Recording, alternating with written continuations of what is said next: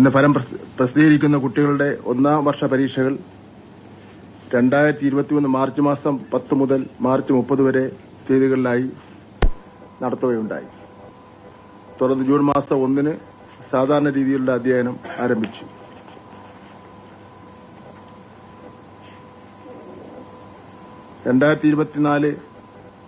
March 1 മുതൽ 26 വരെ തീയതികളിലായി രണ്ടാം വർഷ higher secondary, vocational higher secondary പരീക്ഷകൾ നടക്കുകയുണ്ടായി.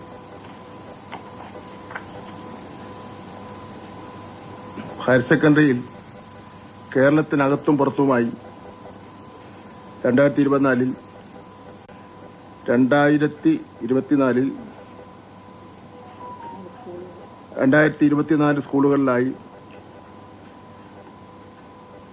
2017 പരീക്ഷാ കേന്ദ്രങ്ങളും വൊക്കേഷണൽ ഹയർ സെക്കൻഡറിയിൽ 380 പരീക്ഷാ കേന്ദ്രങ്ങളുമാണ് സജ്ജമാക്കിയിരുന്നത്. റെഗുലർ കുട്ടികൾക്ക് പുറമെ open school, technical higher secondary, special school, art higher secondary എന്നീ വിഭാഗങ്ങളിലെ പരീക്ഷകളും ഇതോടൊപ്പം നടത്തുകയുണ്ടായി.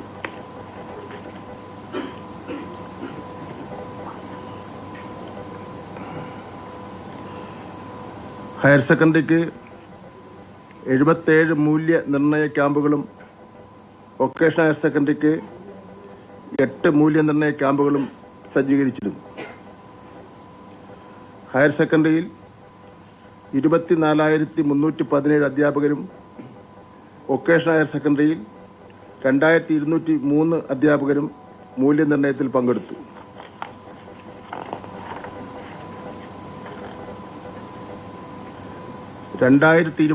ഏപ്രിൽ 3 മുതൽ 24 വരെ തീയതികളിലായി രണ്ടാം വർഷ മൂല്യനിർണ്ണയം പൂർത്തിയാക്കി.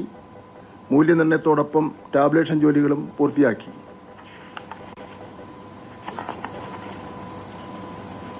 ഈ വർഷത്തെ പ്രായോഗിക പരീക്ഷകൾ 2024 ജനുവരി മാസം 21 മുതൽ ഫെബ്രുവരി മാസം 14 വരെ തീയതികളിലായി നടന്നു.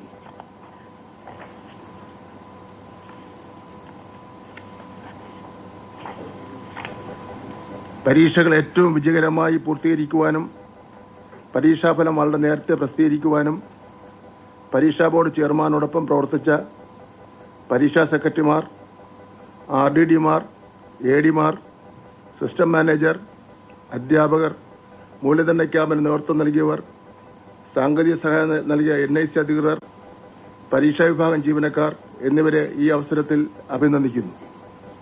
പരീക്ഷയിൽ വിജയം കൈവരിച്ച എല്ലാ വിദ്യാർത്ഥികളെയും അനുമോദനം നേരുന്നു. സാങ്കേതിക കാരണങ്ങളാൽ ഏതെങ്കിലും വിഷയത്തിൽ പരാജയപ്പെട്ടു പോയ വിദ്യാർത്ഥികൾക്കും അവർക്ക് നിരാശ വേണ്ട.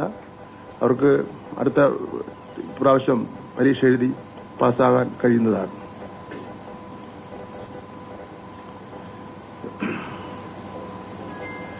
കൂടാതെ തന്നെ വിജയിച്ചവരിൽ ആവശ്യമെങ്കിൽ ഏതെങ്കിലും ഒരു വിഷയത്തിന്റെ മാർക്ക് മെച്ചപ്പെടുത്തുന്നതിനുമായി 2024 ജൂൺ 12 മുതൽ 20 വരെ തീയതികളിലായി സേവ് എ ഇയർ ഇംപ്രൂവ്മെന്റ് പരീക്ഷ നടത്തുന്നതാണ്. വിശദമായ നോട്ടിഫിക്കേഷൻ ഇന്ന് തന്നെ പുറപ്പെടുവിക്കുന്നതാണ്. ഹയർ സെക്കൻഡറി പരീക്ഷാഫലം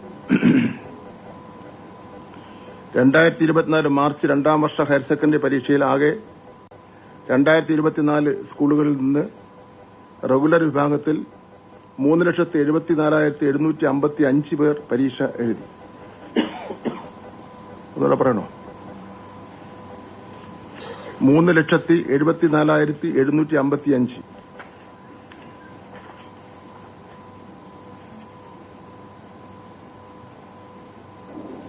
ഇതിൽ 2,94,888 പേർ ഉപരിപഠനത്തിന് യോഗ്യത നേടി. 2,94,888 പേർ ഉപരിപഠനത്തിന് യോഗ്യത നേടി. വിജയശതമാനം 78.69%.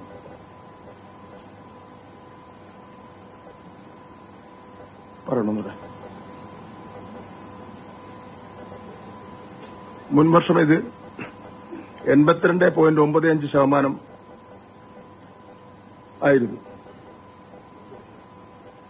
കഴിഞ്ഞ വർഷം ഇത് 82.95%. കഴിഞ്ഞ വർഷവും ഈ വർഷം തമ്മിലുള്ള വ്യത്യാസം എന്ന് പറയുന്നത് 4.26%. 4.26% കുറവാണ്. അത് മനസ്സിലായി കാണുമല്ലോ.